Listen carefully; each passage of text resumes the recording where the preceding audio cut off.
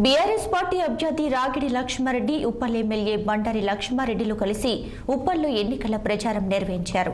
Uppal assembly నియోజకవర్గంలోని పలు కాలనీల్లో ఇంటింటికి తిరిగి పెద్ద ఎత్తున ప్రచారాన్ని నిర్వహించారు. ఈ కార్యక్రమంలో నాయకులు, కార్యకర్తలు, అభిమానులు పెద్ద ఎత్తున తరలివచ్చారు.